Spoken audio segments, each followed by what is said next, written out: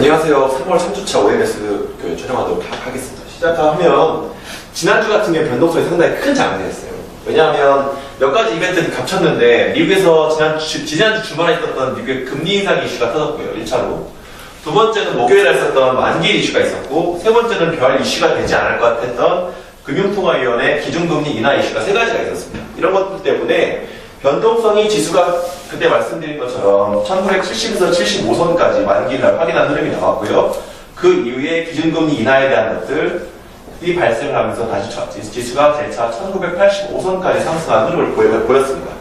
그래서 지금 이렇게 본다고 하면 이슈들이 상당히 많았던 그 장세인데 중요한 이슈들이 나왔고 그 이슈들에 대해서 한번 짚고 넘어가야 되는 것들이 필요해서 개별적으로 정리를 해봤고요. 그러니까 결론적으로 말씀드리면 지난주에 있는 저점을 말씀드렸던 1970선, 75선이 맞았다고 말씀을 드릴 수 있고요. 이번 주 같은 경우에도 한 번 더 지금의 지난주에 있는 6월에 있는 미국 FOMC의 금리 인상 이슈가 어떻게 처리가 되느냐에 따라서 지수가 2000을 재돌파하느냐 마느냐가 결정될 것 같습니다. 그래서 이거를 두 가지로 나눠서 다시 말씀을 드리면요. 제일 중요한 건 정말 미국에서 6월달에 금리 인상이 가능하냐. 결론적으로 말씀은 6월에 금리 인상이 없을 겁니다. 이유가 뭐냐? 지지난주에 있었던 금리 인상 이슈 중에 가장 중요했던 게 미국의 3월 실업률이었어요.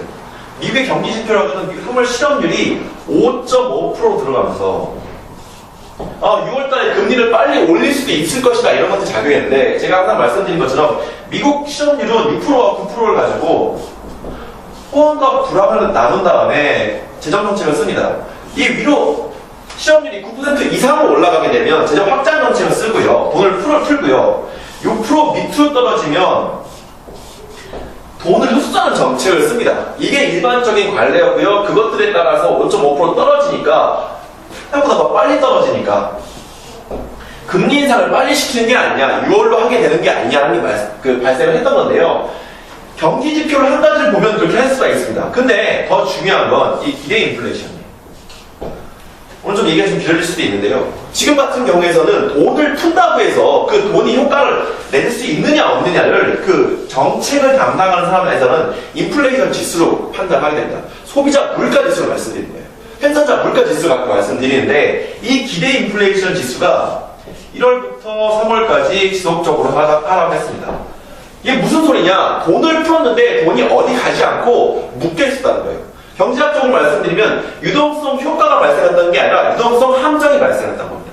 그러면 실제적으로 돈은 풀려있는데 돈이 제대로 돌지 않는다 라고 말씀을 드리는데 돈을 흡수하기 시작한다고 하면 어떻게 되겠습니까? 경제가 위축되겠죠.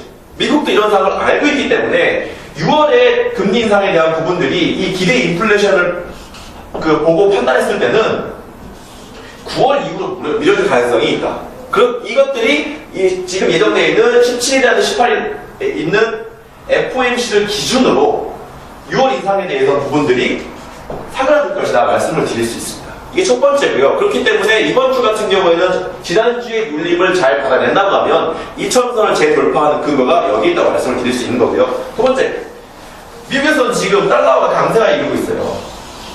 이게 무슨 소리냐? 실물 자산에 대한 가격들이 달러를 통해 가지고 싸지고 있기 때문에 인플레이션이 억제된다는 거예요. 아까 말씀드린 것처럼 기대 인플레이션을 발생을 시켜야 그 인플레이션 발생으로 해서 돈을 효과가 할 수 있는데 이러한 환경 요건들 때문에 인플레이션이 같이 억제가 되고 있기 때문에 금리 인상이 6월에서는 쉽지가 않을 것이다 말씀을 드리는 겁니다.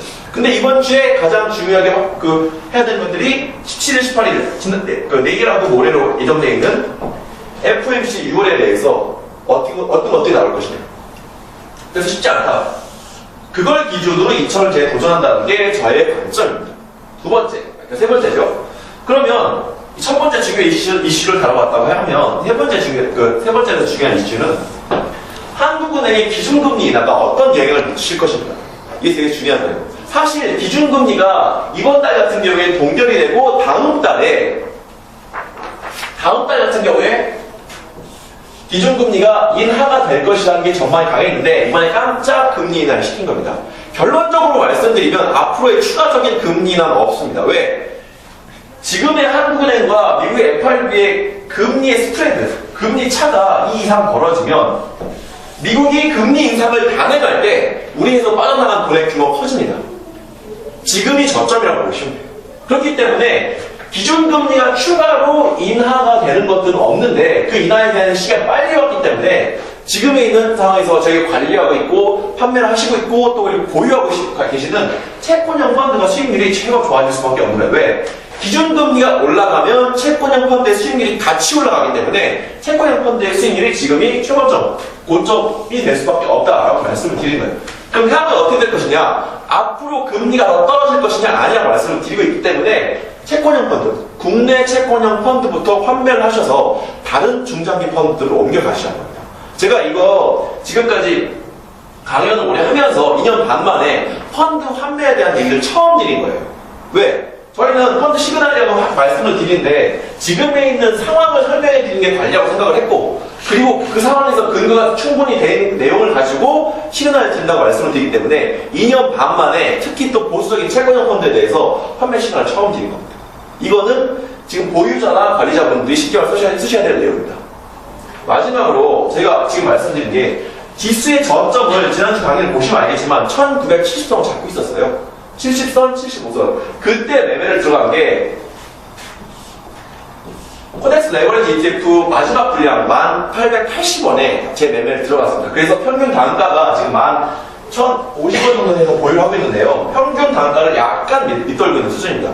1% 안짝이고요, 지금 수익률이. 그래서 12월부터 3월까지 15%가 조금 안 났고, 10%가 조금 안 난 정도의 수익률이 관리가 되고 있는데, 2,000을 재차 돌파할 시에는 이것도 수익으로 전환이 된다라고 보시면 되겠고요. 지금 같은 경우에는 지수에 대한 것들이 화요일, 수요일 날 이 안도렐이나 확인 매매가 될 때 그 포지션을 정하는 게 좋을 것 같습니다. 그래서 우선은 지수에 대한 1차 목표치가 2000에서 2025선으로 하는 것들은 진짜 관리가 되고 있는 것들이니까 그대로 유지가 되고요. 이번 주 제일 중요한 화요일에는 FOMC 6월 인상에 대한 부분들을 확인하고 매매를 하도록 하겠습니다. 오늘 좀 내용이 많고 길었는데요. 그래서 이거 확인을 해보시고 모르신 분들 한번 더 들어보시면 좋을 것 같아요. 그래서 매매 이렇게 진행되고 있으니까 네, 이거 제일 중요한 FOMC만 확인하시면 될 것 같습니다. 이걸로 3월 3주차 웨이브에서 마치도록 하겠습니다.